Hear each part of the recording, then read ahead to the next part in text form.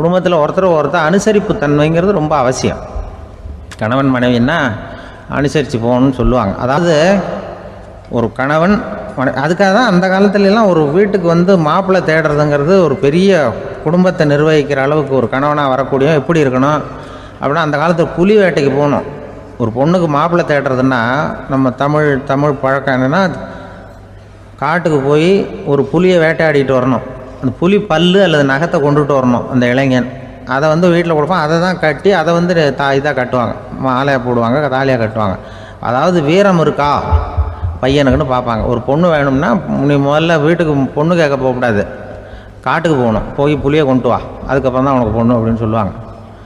இப்போவெல்லாம் ஏன் போகிறது இல்லைன்னா, இப்போலாம் ஒருத்தனை வந்து காட்டுக்கு போய் புலிப்பல் கொண்டு வான்னா புலி தான் மாப்பிள்ளையாக வரும். அதனால தான் இப்போ போகிறதில்ல யாரும் காட்டுக்கு. அப்போ வந்து பெண்களும் வந்து ரொம்ப வீரமாக இருந்தாங்க. பெண்கள் மூலம் அந்த காலத்தில் எப்படின்னா, முறத்தாலேயே புலியை துரத்துவாங்களாம். நம்ம பழைய பாட்டிலெல்லாம் பார்த்துருப்பீங்க, முறத்தால் புலியை விரட்டினாங்கன்னு வரும் பழைய பாட்டு. ஒரு அந்த அளவுக்கு பெண்களுக்கு வீரம். இப்போ கல்யாணம் ஆகி இந்த காலத்தில் ஒரு கணவனை வந்து விரட்டிட்டு வந்தாங்களாம் முறத்தை எடுத்துக்கிட்டு. ஒரு மனைவி அவன் பயந்துட்டு வெளில ஓடி வரான், பின்னாடி முறத்தை எடுத்துகிட்டு அந்த அம்மா ஓடி வருது. இவனை தனியாக பிடிச்சி கொண்டு போய், என்னப்பா இந்த மனைவிட்டு இப்படி பயந்து ஓடி வரியே, முறத்தால் துரத்துறா இப்படி வரியே அப்படின்னு தான் அவன் அப்படியே தடுமாறிக்கிட்டு, அதெல்லாம் ஒன்றும் இல்லை, அவன் என்னை புலியாக நினைக்கிறா அப்படின்னு ஒரு பெருமையாக சொல்லிட்டானான். அந்த காலத்தில் புலியை தான் முறத்தால் விரட்டினாங்க, இப்போ புருஷனை விரட்டுறாங்க அப்படின்னு சொல்லி. அப்படி அந்த காலத்தில் வந்து கணவனுக்கு ஒரு குடும்பத்தை நிர்வகிக்கிற திறமை இருக்கா, உடல் வலிமை தான் முக்கியம். இப்போ கூட மதுரை பக்கத்தில் ஐயாவுக்கு தெரியும், அந்த இளவட்டக்கல்லுன்னு ஒரு ஊருக்கு ஊர் எல்லையில் கிடக்கும். ஊர் எல்லையில் ஒரு பெரிய கல் கிடக்கும். அந்த ஊருக்கு பொண்ணு கேட்க போகிறவங்க அந்த கல்லை தலைக்கு மேலே தூக்கி காட்டணும். அப்படியே தூக்கி தலைக்கு மேலே வசதி கீழே போடணும். அந்த வலு இருந்தால் தான் நீங்கள் அந்த ஊருக்குள்ளேயே போகலாம், பொண்ணு கேட்குறதுக்கு போகலாம். இல்லைன்னா நீ திரும்பி போக வேண்டியதான். அந்த வலிமை இருக்கா மாப்பிள்ளைன்னு பார்க்குறாங்க. இளவட்டக்கல்லுன்னு பேர். அப்போ என்ன பண்ணாங்கன்னா, ஒரு 1000 வருஷத்துக்கு முன்னாடி அந்த கல்லை தலைக்கு மேலே தூக்கி கீழே போடுவாங்களாம். ஒரு 500 வருஷத்துக்கு முன்னாடி அப்படி கொஞ்சம் தூரம் இடுப்பு அளவுக்கு தூக்கி கீழே போட்டுக்கிட்டு இருந்துருக்குறாங்க. அதுக்கப்புறம் ஒரு 100 வருஷத்துக்கு முன்னாடியெல்லாம் அப்படி முழங்கால் அளவுக்கு அப்படி தூக்கி போட்டால் போகிறோம்னு வச்சுருந்தாங்களாம். இப்போ நான் அந்த ஊருக்கு என் கூட பழனிசாமின்னு ஒருத்தர் இருக்கார். அவர் போய், உனக்கு எப்படிப்பா இந்த ஊரில் கல்யாணம் ஆச்சு அப்படின்னா, இப்போலாம் நாங்கள் தொட்டு கும்பிட்டா போகிறோம், அதை அசைக்கிறது கூட இல்லை. அப்படி ஆகிட்டுது. ஒரு குடும்பத்தை கணவனாக வரப்போகிறவனுக்கான தகுதி அந்த காலத்தில் அப்படி இருந்து தான். அப்படி வந்து கணவன் வந்து தேர்ந்தெடுக்கிறது, குடும்ப தலைவனை தேர்ந்தெடுக்கிறது ஒரு பெரிய காரியம். ஒரு பெரிய செல்வந்தர் போட்டி வச்சாராம். ஒரு நீச்சல் குளம், அதில் யார் வேணாலும் குதித்து அந்த பக்கம் போய் கரையேறலாம். அந்த நீச்சல் குளத்தில் விஷப்பாம்புலாம் கிடக்கு. யார் துணிஞ்சி அந்த விஷப்பாம்பு இருக்கிற குளத்தில் குதித்து அந்த பக்கம் போய் கரையேறானோ அவனுக்கு ஒரு 100 ஏக்கர் நிலம் கொடுப்பேன். அது வேண்டான்னா ஒரு 1000 ஆடு கொடுப்பேன். அதுவும் வேண்டான்னா என் பொண்ணை கொடுப்பேன் அப்படின்னு போட்டி வச்சார். அதான் மாப்பிள்ளையை தேர்ந்தெடுக்கிறதுக்கு அவர் ஒரு வழி, நீச்சல் குளத்தில் குதிச்சு கரையேறணும். இப்போ அந்த ஊரில் இருக்கிற இளைஞர்கள்லாம் வந்து பார்க்குறாங்க அந்த குளத்தில் குதிக்கணும்னு. ஆனால் குளத்தில் வெறும் விஷப்பாம்புலாம் கிடக்கு. இது என்ன பண்ணுறதுன்னு பார்த்தா யாருமே குதிக்கிறதுக்கு தைரியம் வரல. திடீர்னு ஒருத்தன் துணிஞ்சு குதித்தான், படப்படன்னு அடிச்சுட்டு போய் அந்த பக்கம் கரையேறிட்டான். கரையேறின உடனே பரவாயில்லையே ஒரு ஆள் வந்துட்டான்னு சொல்லி அவனை அந்த இளைஞனை போய் பிடிச்சிட்டு வந்தாங்க. அந்த பெரியவர் கேட்டார், ஏப்பா இவ்வளவு பெரிய விஷப்பாம்பெல்லாம் கிடக்கிற நீச்சல் குளத்தில் நீ துணிஞ்சு குதித்து கரையேறி இருக்கிற, உனக்கு என்ன 1000 ஏக்கர் நிலம் கொடுத்துறவா, 100 ஏக்கர் நிலம் கொடுக்கவா சொல்கிறப்படி அப்படின்னா, வேண்டாம் சார்ன்றான். ஓஹோ அப்படின்னா ஒரு 1000 ஆடு வேணுமா உனக்கு அப்படின்னா, அதுவும் வேண்டாம் சார். ஓ அப்படின்னா என் பொண்ணு வேணுமா அப்படின்னா, அதுவும் வேண்டாம் சாருங்கிறான். அப்புறம் எதுக்குடா குதிச்சுன்ட்டு, என்ன உனக்கு என்ன தான் வேணும் அப்படின்னு கேட்டிருக்காரு. என்னை எவன் பிடிச்சி தள்ளி விட்டவன்னு தெரியணும் அப்படின்றான். அதுக்காக அவன் பார்த்துருக்கான். அப்படி இருந்தால் தான் துணிச்சல் வரும் இந்த காலத்தில். எதுக்கு இவ்வளவு சங்கடம்லாம் வச்சாங்கன்னா, ஒரு குடும்பத்துக்கு தலைவராக வர வேண்டிய ஒரு ஆள், கணவனாக இருக்க வேண்டியவனுக்கு துணிச்சல் இருக்கா, தைரியம் இருக்கா அப்படிங்கிறது பார்க்குறதுக்காக இப்படிப்பட்ட தேர்வு முறைகள்லாம் வச்சுருந்தாங்க அந்த காலத்துலலாம். இப்போலாம் கல்யாணம் பண்ணுறது ஆளுக்கு நேரில் பார்க்காமலே கூட கல்யாணம் நடக்குது இன்டர்நெட்டில். இப்போ சர்டிஃபிகேட் கேட்குறாங்க, நோய் நொடி இல்லாமல் இருக்காரா பார், காட்டுக்கெலாம் போக வேண்டாம், நேராக ஆஸ்பத்திரிக்கு போய் ஒரு சர்டிஃபிகேட் வாங்கிட்டு வா, உனக்கு ஒன்றும் வியாதி இல்லைன்னு ப்ரூவ் பண்ணு, அதுக்கப்புறம் பார்த்துக்கலாம், மற்றதை பேசுவோம் அப்படின்னு சொல்லி அப்படி இருக்குது நிலைமை. அதனால் குடும்பத்தில் வந்து அந்த கணவனாக இருக்கிற வேண்டியவனுக்கு பொறுப்பு அதிகம். ஏன்னா எல்லாத்தையும் அனுசரித்து போக வேண்டியதாக வந்தான். ஒரு அரசன், அவனுக்கு வயசாயிட்டுது. அதனாலேயே இந்த கவலை பயம் எல்லாமும் அதிகமாயிட்டுது. மரண பயம், ராத்திரியில் சரியாக தூங்க முடியல, இப்படி ஆயிட்டுது நிலைமை. அந்த அரசன் ஏற்கனவே எப்படின்னா போர்க்களங்களில் எத்தனையோ பேரை ஓட ஓட விரட்டி இருக்கிறான். இருந்தாலும் இப்போ அந்த துணிச்சல்லாம் எங்கேயோ போயிட்டுது. பேசாமல் படுத்துருக்கிறான். அப்படியே படுத்தாலும் தான் தூக்கம் வர மாட்டேங்குது. என்ன பண்ணலாம்னு யோசித்தான் இந்த மன்னன். உடனே எல்லா அமைச்சர்களையும் கூப்பிட்டான்.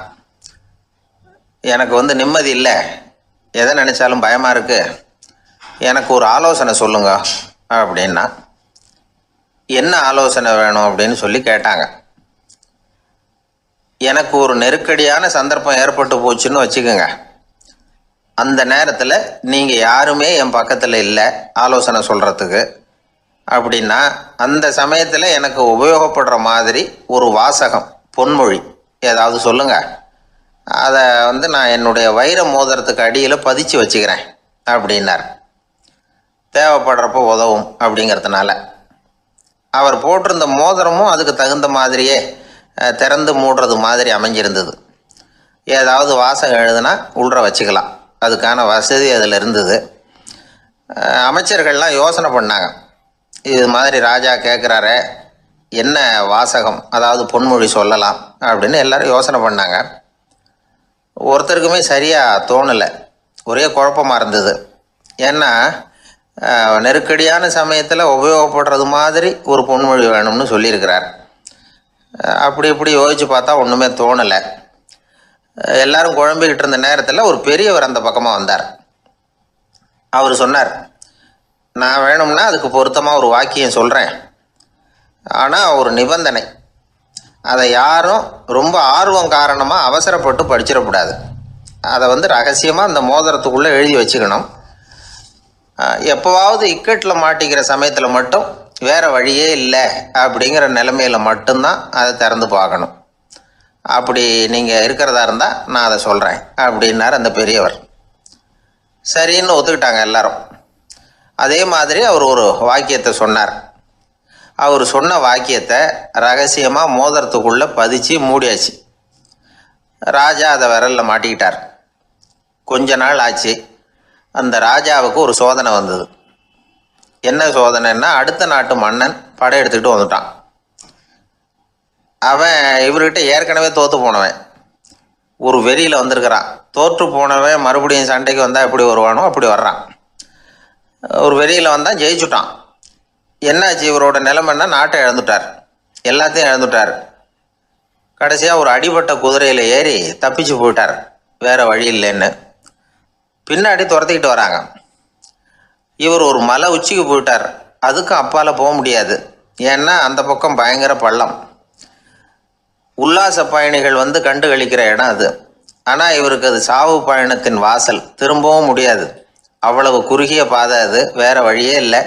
இந்த நேரம் சூரிய ஒளி மோதிரத்தில் பட்டு மின்னிச்சு. உடனே இவருக்கு ஞாபகம் வந்தது. மோதிரத்தை திறந்து படிக்கிறார். அதில் இருந்த வாசகம், இந்த நிலையும் மாறிவிடும், this too will pass away. அவருக்கு ஒரு தைரியம் வந்தது. பின்னாடி வந்தவங்களும் திசை மாதிரி வேறு எங்கேயோ தேடி போயிட்டாங்க. அவங்க விரட்டிக்கிட்டு வரலைன்னா இவ்வளவு அழகான ஒரு இடம் இருக்கிறதே எனக்கு தெரியாமல் போயிருக்குமேன்னு நினச்சார். இவ்வளவு அழகை ரசிக்கிறதுக்காக ஒரு நாட்டையே கூட இழக்கலாம்னு தோணுச்சு அவருக்கு. அமைதியாக அந்த அழகை ரசித்தார். எதிரிகள்லாம் எங்கேயோ போயிட்டாங்க. மன்னர் நாடு திரும்பினார். மறுபடியும் படைகளை திரட்டினார். கொஞ்ச நாளில் படை எடுத்துக்கிட்டு போனார். யாருக்கிட்ட தோற்று போனாரோ அவரையே வெற்றி கண்டு திரும்பி வர்றார். வரவேற்பு விழா பிரமாவப்படுது. ஆடல் பாடல் கோலாகலம். இதை பார்த்தது அந்த ராஜாவுக்கு தலைகால புரியல. நம்மளை இனிமேல் யாராலையும் ஜெயிக்க முடியாதுன்னு நினச்சார். அகம்பாவம் லேசாக எட்டி பார்த்தது. இப்போ மறுபடியும் சூரிய ஒளிப்பட்டு மோதிரம் மின்னிச்சு. அதை திறந்து மறுபடியும் படிக்கிறார். இந்த நிலைமையும் மாறிவிடும், this too will pass away. அவ்வளவுதான். அவர் மனசு அடங்க ஆரம்பிச்சுட்டுது, ஆணவம் போயிட்டுது. இதிலேருந்து நாம் தெரிஞ்சுக்க வேண்டியது என்னென்னா, எந்த சூழ்நிலையிலையும் நாம் கவலைப்பட வேண்டியதில்லை. ஏன்னா இங்கே எதுவுமே நிரந்தரம் இல்லை. அந்த ராஜா மாதிரியே நம்ம ஆள் ஒருத்தன் ஒரு மோதிரம் போட்டிருந்தான், அதுக்குள்ளே அவன் எழுதி வச்சிருந்த வாசகம் எதுக்கும் கவலைப்படாதே அப்படிங்கிறது தான். ஒரு நாள் பயங்கரமான கவலையோடு உட்காந்துருந்தான். பக்கத்தில் இருந்தவங்க சொன்னாங்க, இது மாதிரி சந்தர்ப்பத்தில் தான் நீ உன் மோதிரத்தை திறந்து பார்க்கணும்னாங்க. இவனுக்கு கவலையோடு எரிச்சலும் சேர்ந்துக்கிட்டது. அது எப்படி முடியும், இப்போ திருட்டு போனது என்னோட அந்த மோதிரம் தானே அப்படின்னு சொல்லிவிட்டு தலையில் கை வச்சுட்டு உட்காந்துட்டான். இப்படிலாம் சொல்கிறது உண்டு. இருந்தாலும் நாம் எந்த சூழ்நிலையிலையும் கவலைப்பட வேண்டியதில்லை அப்படிங்கிற உண்மையை புரிஞ்சுக்கணும்.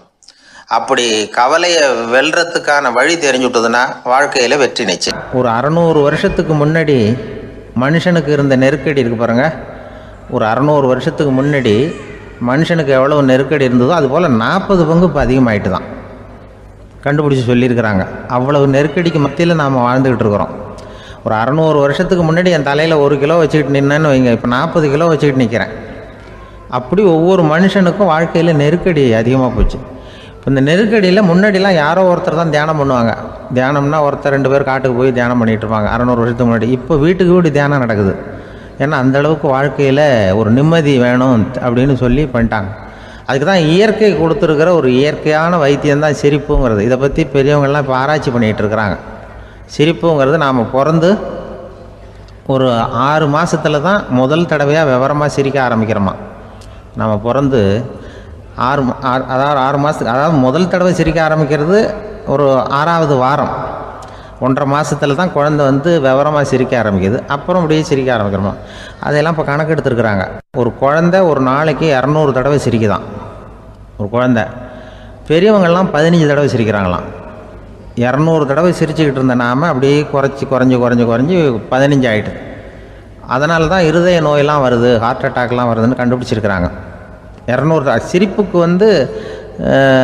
அது இயல்புத்தன்மை, மனுஷனுடைய இயல்புத்தன்மை சிரிக்கிறது. அதுக்கு ஜோக்கே தேவைப்படாது. ஆனால் இப்போ காலங்காலமாக நாம் என்ன போதிக்கப்பட்டு வந்திருக்கிறோம்னா, சிரிப்புங்கிறது ஒரு பாவமான செயல். ஒரு முதலாளிக்கு முன்னாடி தொழிலாளி சிரித்தா மரியாதை குறைச்சல், ஒரு கணவனுக்கு முன்னாடி மனைவி சிரித்தா மரியாதை குறைச்சல், அது மாதிரி ஒரு வாத்தியாருக்கு முன்னாடி பையன் சிரித்தா மரியாதை குறைச்சல், ஒரு ஆஃபீஸருக்கு முன்னாடி பியூனு சிரித்தா மரியாதை குறைச்சல், இப்படின்னு சொல்லி சிரிப்புங்கிறது ஏதோ மரியாதை குறைவான செயல்னு காலங்காலமாக நாம் போதிக்கப்பட்டு வந்திருக்கிறோம். இப்போ மரபு ரீதியாகவே அந்த சிரிப்பு நம்மகிட்ட சிறைப்பட்டுருக்கு தான், அடங்கி போச்சு. அந்த சிறைப்பட்டிருக்கிற சிரிப்பை வெளியில் கொண்டு வர்றதுக்கு தான் ஜோக்குன்னு ஒரு சாவியை போட வேண்டியிருக்கு. வேறு இந்த ஜோக்குக்கும் சிரிப்புக்கும் சம்மந்தம் இல்லை. அதை ஏற்கனவே இருக்கிறத வெளில கொண்டு வரதுக்கு ஒரு சாவி மாதிரி உபயோகப்படுதுன்னு இப்போ அதை பற்றி ஆராய்ச்சி பண்ணுறவங்களாம் சொல்கிறாங்க. ஏன்னா சிரிப்புக்கு ஜோக்கு தேவைப்படாது. இப்போ ஒரு குழந்தை தொட்டிலில் படுத்துருக்குன்னு வைங்களேன், குழந்தை தொட்டிலில் இருக்குது, அது முகத்துக்கிட்ட போய் ஒரு கிளுகிழுப்பை ஆட்டுங்க சிரிக்கும். அந்த கிளுகிழுப்பை சத்தமே சிரிக்க வைக்கிறதுல அதுதான் மனுஷனுடைய இயல்புத்தன்மை. அது என்ன ஜோக்காது, சத்தம். ஒரு கிளுகிழுப்பையை கொண்டு போய் குழந்தை முகத்துக்கிட்ட ஆட்டினா சிரிக்குதே, அதுதான் இயல்புத்தன்மை. அதே கிளுகிழுப்பை ஒரு தாத்தா மூஞ்சிக்கிட்ட ஆட்டுங்க கோவம் வந்துடும், அடிக்க வருவார். என்னடா விளையாட்டு இது அப்படிம்பாரு.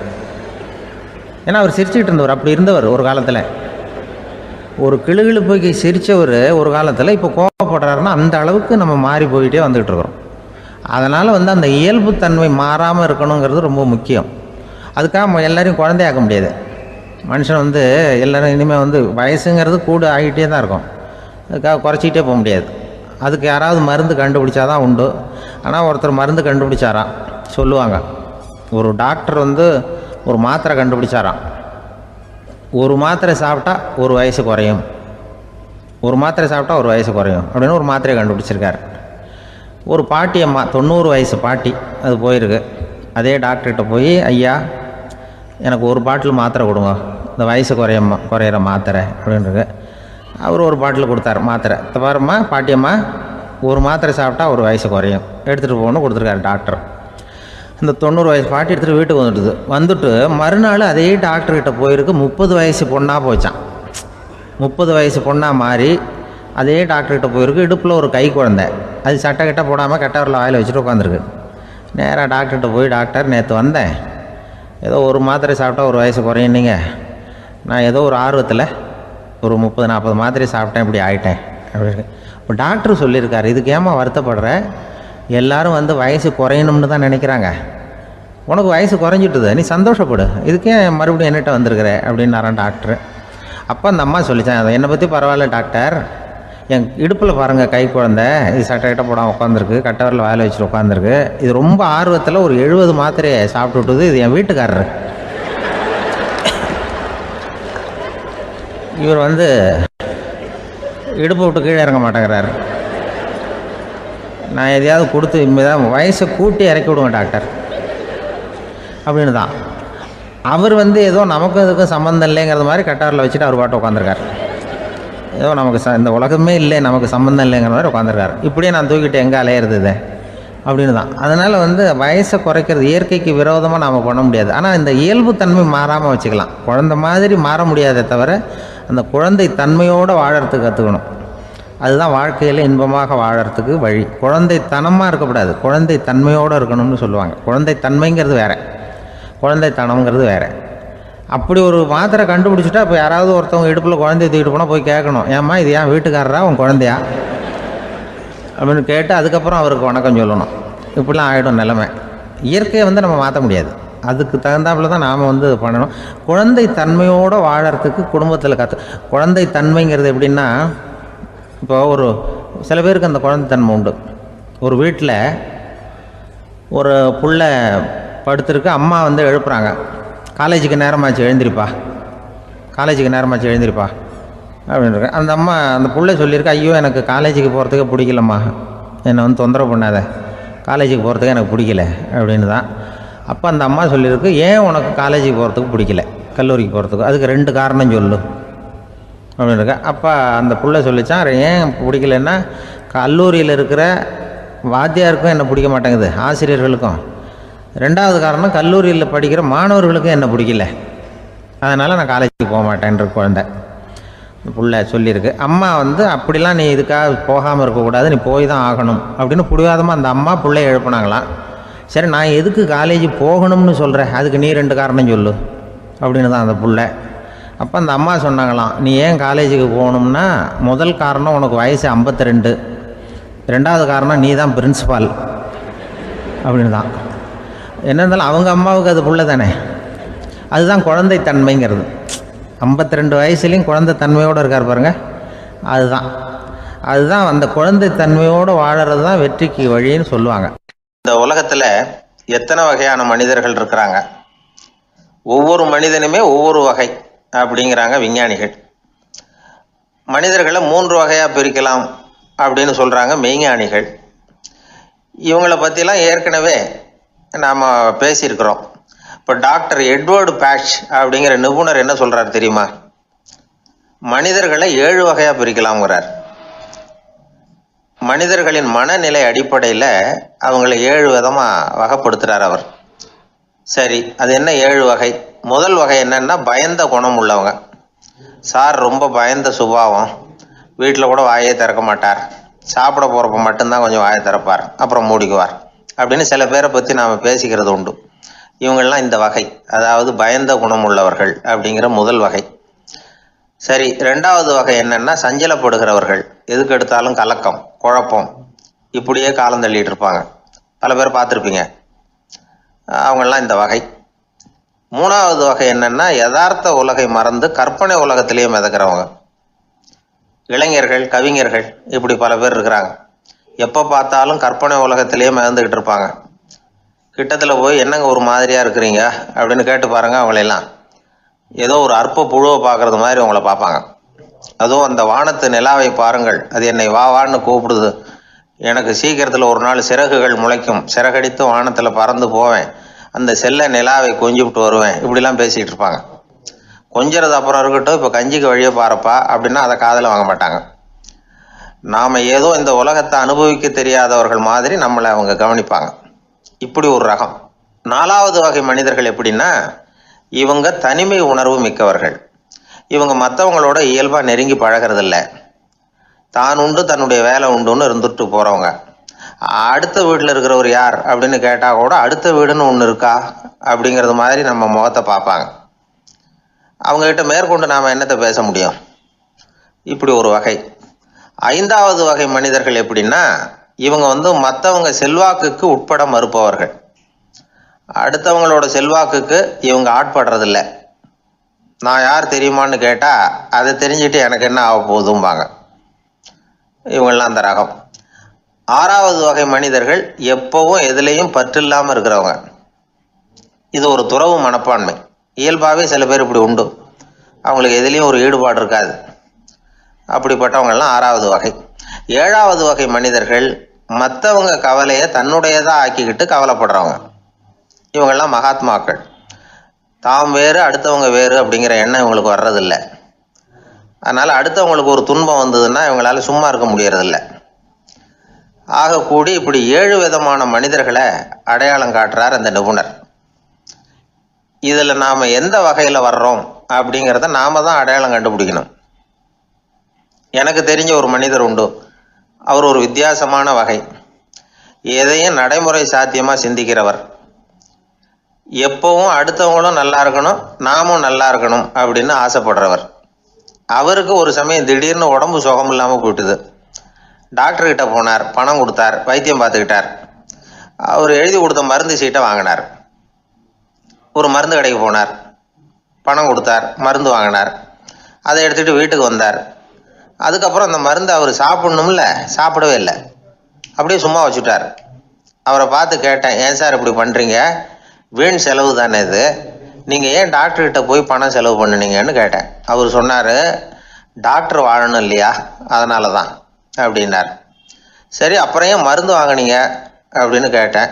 மருந்து கடைக்காரர் வாழணும் இல்லையா, அதனால தான் அப்படின்னார். சரி, அப்புறம் ஏன் வாங்கின மருந்து சாப்பிடாம வச்சுட்டீங்க அப்படின்னதுக்கு, நான் வாழணும் இல்லையா, அதனால தான் அப்படின்னார். இவர் வாழ்க்கையை புரிஞ்சுக்கிட்டவர்.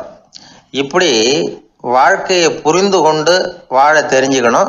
எந்த வகை மனிதர் நாம் அப்படிங்கிற